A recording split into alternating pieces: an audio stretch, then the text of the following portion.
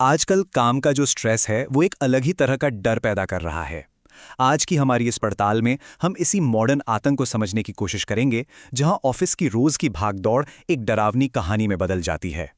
जरा सोच कर देखें, दिन भर की चहल पहल के बाद की वो खामोशी, बंद पड़े कंप्यूटरों की हल्की सी गूंज और कोनों में बनती लंबी लंबी परछाइयां, है ना एक अजीब सा एहसास।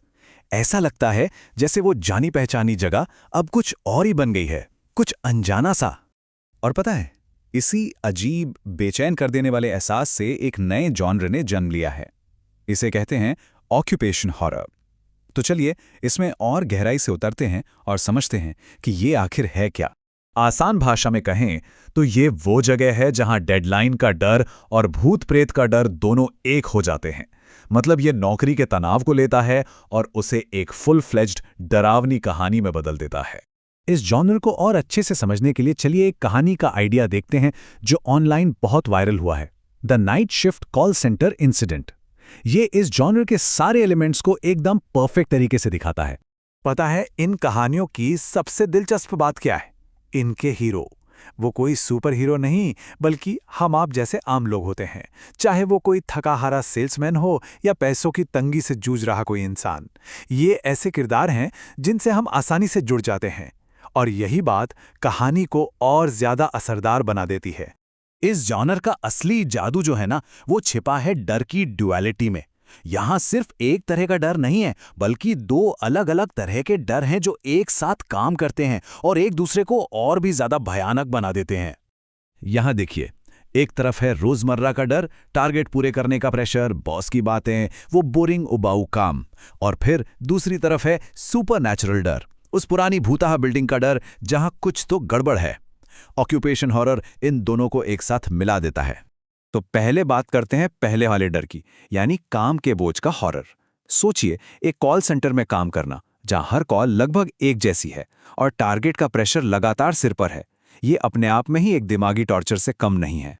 ये नंबर देखिए, ये दिखाता है कि वो बोरियत कितनी गहरी है। जब आपका 99% काम एक जैसा पकाऊ हो, तो सोचिए दिमाग पर क्या असर पड़ता होगा। यही थकान और फ्रस्ट्रेशन अलौकिक डर के लिए एक परफेक्ट जमीन तैयार करती है। अब सोचिए इस मेंटल प्रेशर के ऊपर एक और लेयर डाल दी जाए, एक डरावनी जगह की, एक पुरानी खाली बिल्डिंग जहां से अजीब अजीब आवाजें आती हैं, जहां हमेशा लगता है कि कोई देख रहा है, भले ही वहां कोई ना हो। ये लाइन सही मायनों में इस पूरे जॉनर का सार बता देती है।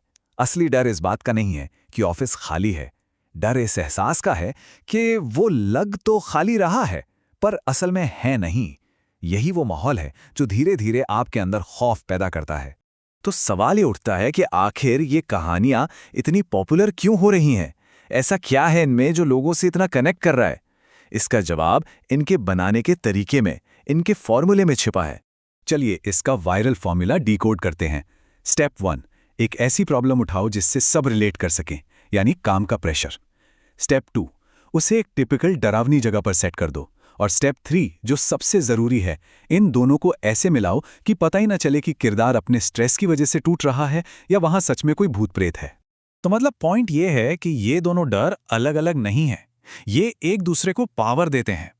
जॉब का स्ट्रेस आपको उस अजीब माहौल के लिए और ज्यादा सेंसिटिव बना देता है, और वो डरावना माहौल आपकी जॉब के स्ट्रेस को 10 गुना बढ़ा देता है।